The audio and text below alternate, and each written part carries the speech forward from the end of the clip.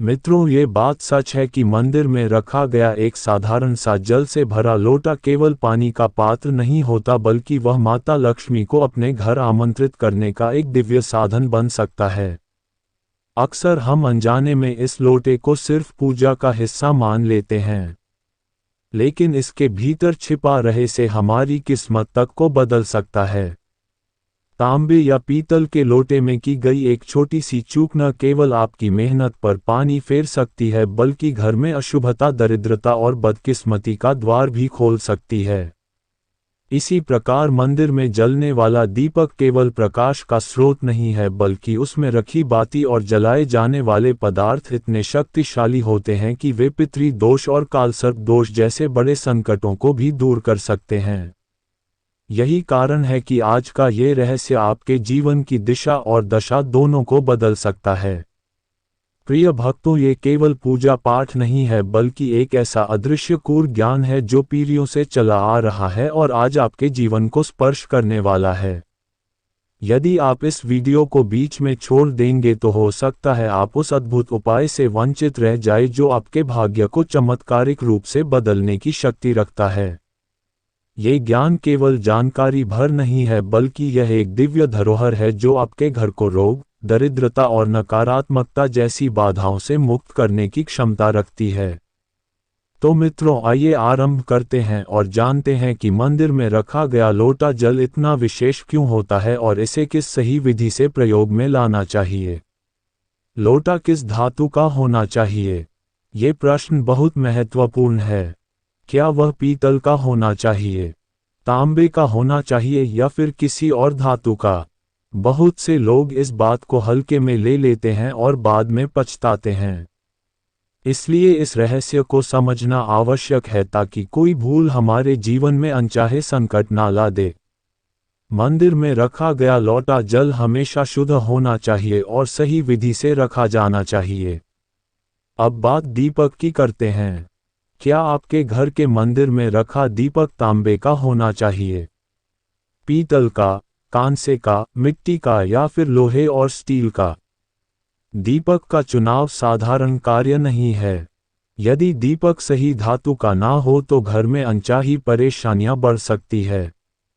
दीपक की बाती का चयन भी उतना ही आवश्यक है। क्या इसके लिए कच्चा कलावा लेना उचित होगा या केवल रुई और सूती धागा ही श्रेष्ठ रहेगा? इन छोटी छोटी बातों को यदि नज़रअंदाज किया जाए तो इसके परिणाम जीवन में पितृ दोष, क्षण दोष, कालसर्प दोष और यहाँ तक कि गरीबी जैसी गंभीर समस्याओं को जन्म दे सकते हैं। मेरे प्रिय मित्रों, यदि आप इस वीडियो को बीच में छोड़ना चाहते हैं तो अभी छोड़ सकते हैं। लेकिन याद रखिए, यदि आपने माता लक्ष्मी का अपमान किया तो वह आपके जीवन के लिए कभी भी मंगलकारी नहीं होगा। बहुत से लोग ये भी पूछते हैं कि घर के मुख्य द्वार पर जल छिड़कने का सही समय और तरीका क्या है। क्या इसे स्नान करने के बाद करना चाहिए या बिना स्नान किए भी किया जा सकता है? क्या इसे झाड़ू लगाने से पहले करना चाहिए या बाद में? क्या मासिक धर्म के दिनों में भी मुख्य द्वार पर जल छिड़कना और दीपदान करना उचित है? और सबसे बड़ा प्रश्न, जब मुख्य द्वार पर जल चढ़ाया जाए तो उसे अंदर की ओर से चढ़ाना चाहिए या बाहर की ओर से? जो लोग फ्लैट या किराए के मकान में रहते हैं, उनके लिए भी यह जानना अत्यंत आवश्यक है कि मुख्य द्वार पर दीपदान और जल छिड़कने की उचित विधि क्या होगी। आज का ये वीडियो इन्हीं रहस्यमय सवालों के उत्तर लेकर आया है। मित्रों, अब सबसे पहले जान लीजिए कि घर के भीतर और बाहर दीपक जलाने का क्या महत्व है और इससे क्या क्या लाभ प्राप्त होते हैं। विशेषकर जब घर के बाहर दीपक जलाया जाता है तो उसके 5 अद्भुत लाभ बताए गए हैं, जिन्हें जानकर आप भी आश्चर्यचकित रह जाएंगे। भगवान की पूजा में दीपक जलाना तो हर कोई जानता है, लेकिन उसका गहरा महत्व केवल वही समझ सकता है जो उसकी शक्ति को आत्मसात करता है। हिंदू धर्म में शुद्ध देसी घी या सरसों के तेल का दीपक जलाना अत्यंत शुभ माना गया है। तिल के तेल का दीपक भी उतना ही पवित्र है। परंतु ध्यान रहे, भगवान के सामने दीप जलाना केवल पूजा का साधारण हिस्सा नहीं है, बल्कि यह एक ऐसा कार्य है जिससे अनगिनत लाभ मिलते हैं। दीपक जलाने से न केवल वातावरण में सकारात्मक ऊर्जा का संचार होता है बल्कि इसके 5 अद्भुत लाभ भी है। सबसे पहला लाभ यह है कि दीपक जलाने से पृथ्वी से अंधकार दूर होता है। ये केवल भौतिक अंधकार ही नहीं मिटाता बल्कि घर में फैली नकारात्मक शक्तियों और ऊर्जा को भी समाप्त कर देता है। जिस स्थान पर दीपक जलता है वहाँ सकारात्मक ऊर्जा का प्रवाह होता है और जहाँ सकारात्मक ऊर्जा का वास हो वहाँ स्वयं भगवान का निवास होता है। इसीलिए संध्या समय अंधेरा फैलने से पहले दीपक जलाना अति शुभ माना गया है। मित्रों, तेल से जलने वाला दीपक केवल उसके जलने के समय तक ही असरकारी नहीं होता बल्कि उसके बुझने के बाद भी लगभग आधे घंटे तक अपनी ऊर्जा वातावरण में छोड़ता रहता है। वहीं शुद्ध देसी घी से जला दीपक और भी चमत्कारी प्रभाव रखता है। उसका सकारात्मक असर लगभग 4 घंटे तक वातावरण को पवित्र और ऊर्जा से भरपूर बनाए रखता है। यही कारण है कि घी के दीपक का महत्व हर शास्त्र में सर्वोपरि माना गया है। दीपक जलाने का दूसरा बड़ा लाभ उसके वैज्ञानिक महत्व से जुड़ा हुआ है। जब घर में शुद्ध घी या सरसों के तेल का दीपक जलता है तो उससे उठने वाला धुआं वातावरण में सात्विकता का संचार करता है। ये धुआं केवल प्रकाश ही नहीं फैलाता बल्कि घर में फैली हानिकारक और दूषित तरंगों को नष्ट करके वातावरण को शुद्ध और पवित्र बना देता है। यही कारण है कि जहाँ दीपक जलता है वहाँ मन की अशांति दूर होकर शांति का वास होता है। तीसरा लाभ यह है कि जिस घर में भगवान के सामने दीपक जलता है उस घर में माता लक्ष्मी की कृपा कभी समाप्त नहीं होती। ऐसे घर में सुख, समृद्धि और शांति का वास होता है। यदि दीपक को पूर्व दिशा में जलाया जाए तो घर के लोगों की आयु बढ़ती है और यदि दीपक उत्तर दिशा में रखा जाए तो धन संपन्नता में वृद्धि होती है। दीपक केवल अंधकार को मिटाने का साधन नहीं है बल्कि वह जीवन को प्रकाश की ओर अग्रसर करने वाला मार्गदर्शक है। चौथा लाभ स्वास्थ्य से संबंधित है। जब दीपक जलाया जाता है तो घर की नकारात्मकता दूर होती है और बीमारियां घर में प्रवेश नहीं कर पाती। परिवार के सभी सदस्यों का स्वास्थ्य बेहतर बना रहता है। विशेषकर यदि दीपक में एक लौंग डालकर जलाया जाए तो इसका प्रभाव और भी प्रबल हो जाता है। ये त्वचा संबंधी रोगों को दूर करने में विशेष सहायक होता है और वातावरण में औषधीय गुणों का संचार करता है। पांचवा लाभ यह है कि दीपक शुभ शक्तियों को अपनी ओर खींचता है। सनातन धर्म की यह मान्यता है कि जिस घर में प्रतिदिन प्रातः और सायंकाल दीप जलता है वहां कभी अंधकार का वास नहीं होता। ऐसा घर दिव्य शक्तियों को आकर्षित करता है और उसके भीतर सकारात्मक ऊर्जा का प्रवाह होता है। ऐसे घर में न केवल लक्ष्मी का निवास होता है बल्कि समस्त देवी देवताओं की कृपा भी बनी रहती है। तो मित्रों, अब बात करते हैं मुख्य द्वार पर जल छिड़कने की विधि और उसके सही समय की। यदि आप अपने घर के मुख्य द्वार पर जल चढ़ाना चाहते हैं तो सबसे पहले ये ध्यान रखें कि उस जल को रात में सोने से पहले ही किसी पात्र में भरकर अलग रख देना चाहिए। इसके लिए आप किसी भी धातु का पात्र ले सकते हैं, चाहे वह तांबे का हो, पीतल का, स्टील का या फिर चांदी का। यदि गंगाजल उपलब्ध हो तो उसमें थोड़ी मात्रा अवश्य मिलाएं और शेष पात्र को शुद्ध जल से भर दें। यदि गंगाजल ना हो तो केवल शुद्ध जल ही पर्याप्त है। इस भरे हुए पात्र को रात भर अपनी रसोई में रखें। अब अगले दिन सुबह उठते ही सबसे पहला कार्य यही होना चाहिए कि आप इस जल को लेकर मुख्य द्वार पर छिड़के। ये सुबह का छिड़काव घर की हर समस्या को दूर करने की क्षमता रखता है। यदि आप मानसिक तनाव, आर्थिक तंगी, नकारात्मक ऊर्जा या वास्तु दोष जैसी समस्याओं से जूझ रहे हैं तो यह उपाय आपके लिए अमृत के समान है। रसोई में रखा ये जल जब मुख्य द्वार पर छिड़का जाता है तो घर की अनेक बाधाएं समाप्त हो जाती है। ये साधन न केवल वास्तु दोष और पितृ दोष को शांत करता है बल्कि तंत्र मंत्र, बुरी नज़र और अशुभ शक्तियों के प्रभाव को भी समाप्त कर देता है। इस उपाय को निरंतर करते रहने से घर में सुख समृद्धि बनी रहती है और परिवार के सदस्य रोगों से बचे रहते हैं। ध्यान रहे, इस जल को हमेशा सूर्योदय से पहले ही मुख्य द्वार पर छिड़कना चाहिए। यदि सूर्योदय के बाद आप मुख्य द्वार पर किसी और जल से धोना चाहे तो वह अलग बात है, लेकिन यह विशेष रखा हुआ जल केवल सूर्योदय से पहले ही छिड़का जाना चाहिए। मित्रों, अब एक महत्वपूर्ण प्रश्न यह उठता है कि क्या जल छिड़कने से पहले स्नान करना आवश्यक है या बिना स्नान किए भी यह कार्य किया जा सकता है? इसका उत्तर सरल है, स्नान करना आवश्यक नहीं है। आप बिना स्नान किए भी यह कार्य कर सकते हैं। बस इतना करना है कि सुबह जल्दी उठे, रसोई में जाकर पहले से रखा जल उठाएं और सीधे मुख्य द्वार पर जाएं। दरवाजा खोलें और पूरे श्रद्धा भाव से जल का छिड़काव करें। जब आप ये जल छिड़के तो अपने पितरों और माता लक्ष्मी का स्मरण अवश्य करें। यह विश्वास किया जाता है कि सुबह के समय लक्ष्मी माता हर घर के द्वार पर आती है और जिन घरों के द्वार खुले रहते हैं तथा जहां शुद्ध जल का छिड़काव किया गया होता है वहां वे स्वयं प्रवेश करती है।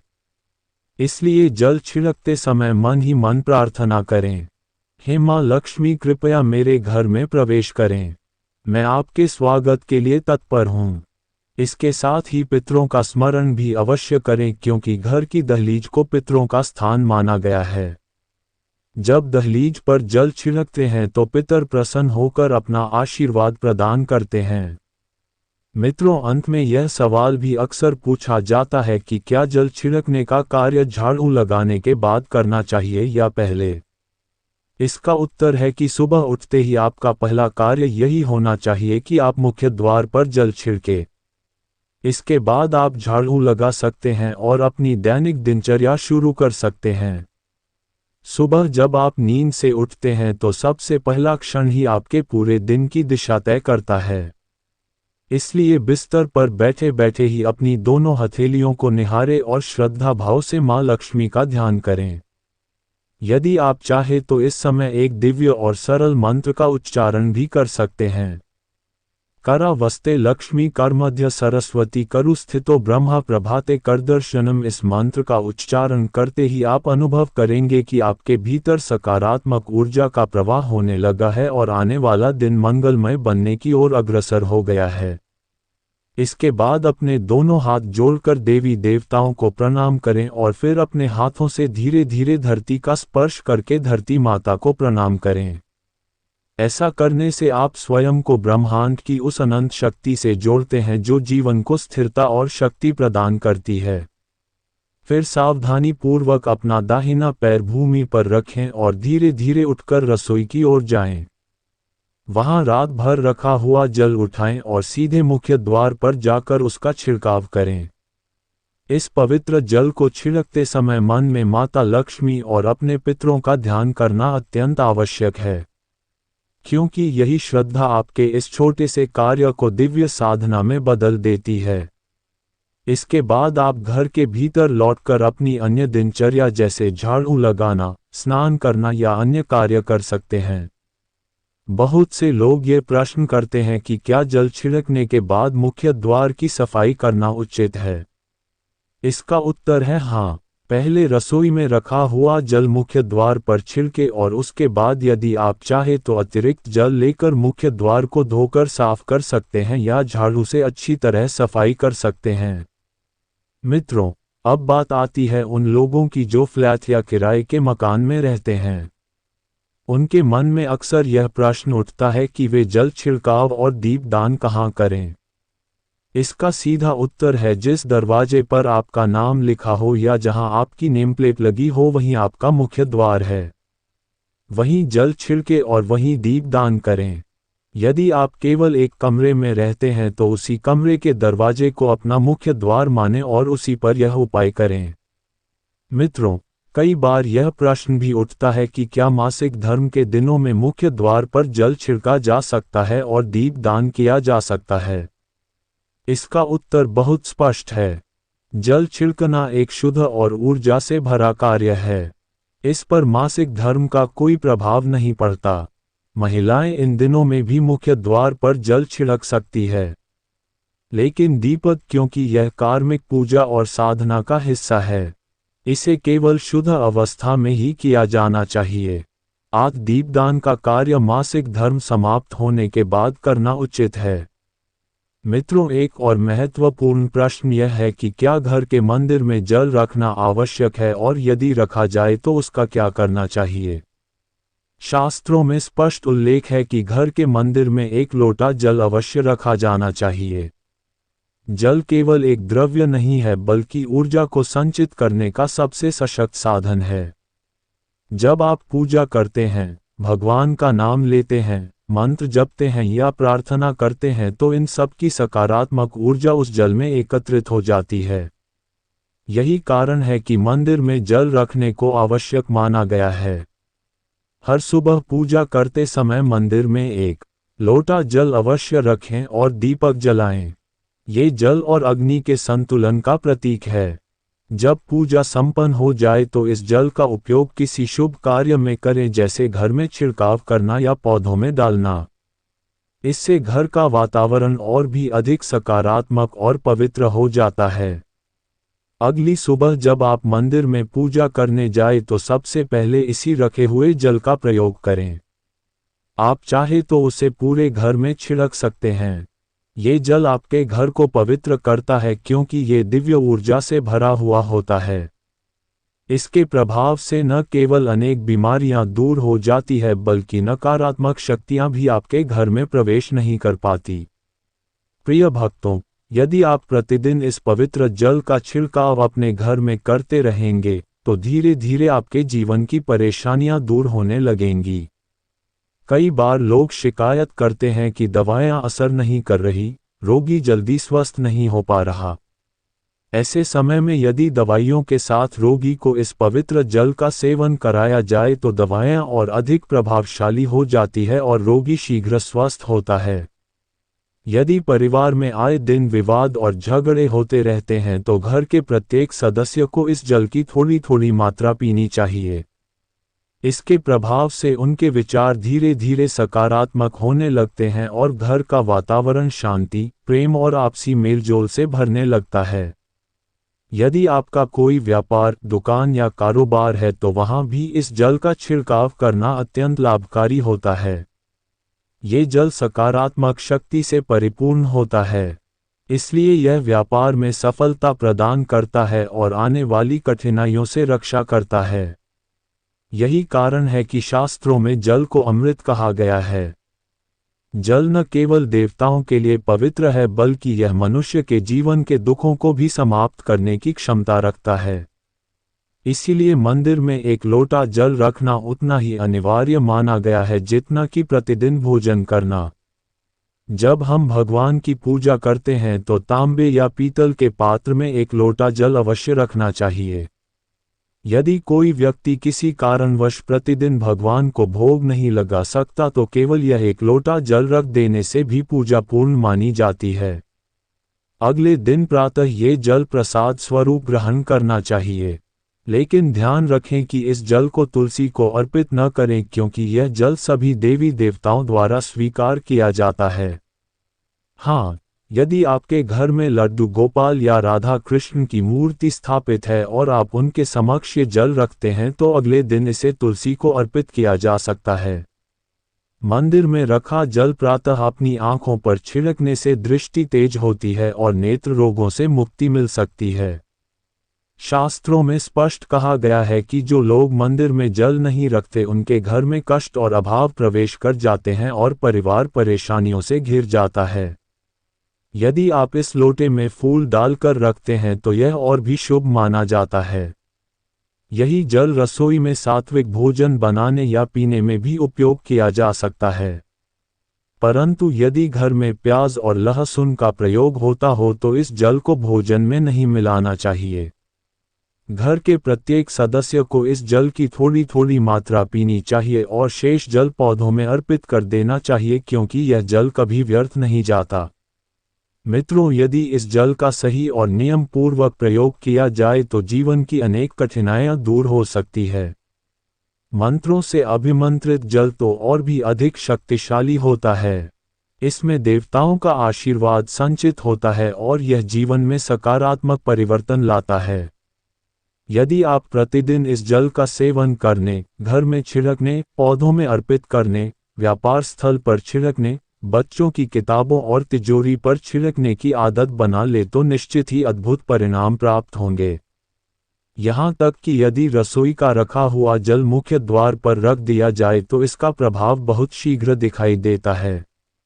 परंतु ये सब तभी फलदायी होगा जब इसे नियमित रूप से किया जाए।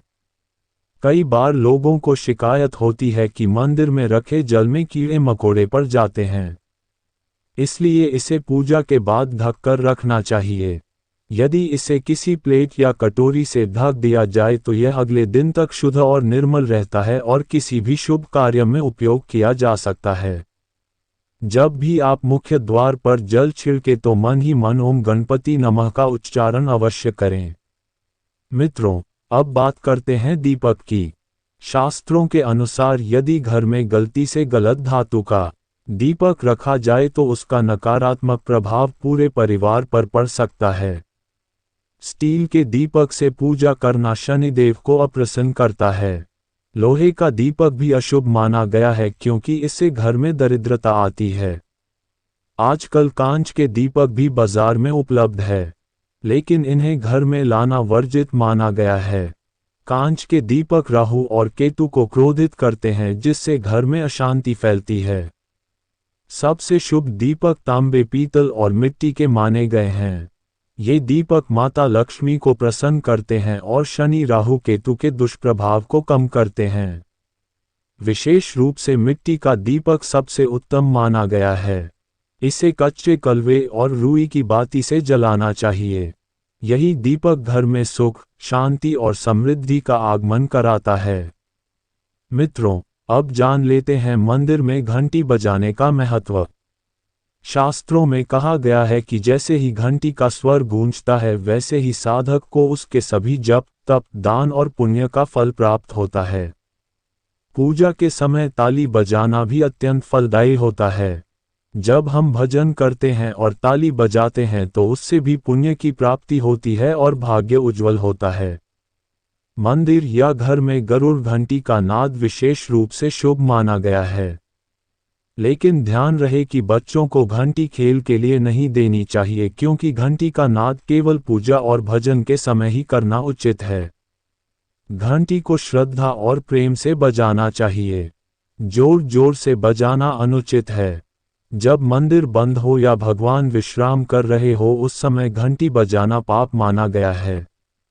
इसीलिए मंदिर के पट रात 12 बजे बंद कर दिए जाते हैं और उस समय घंटी नहीं बजाई जाती।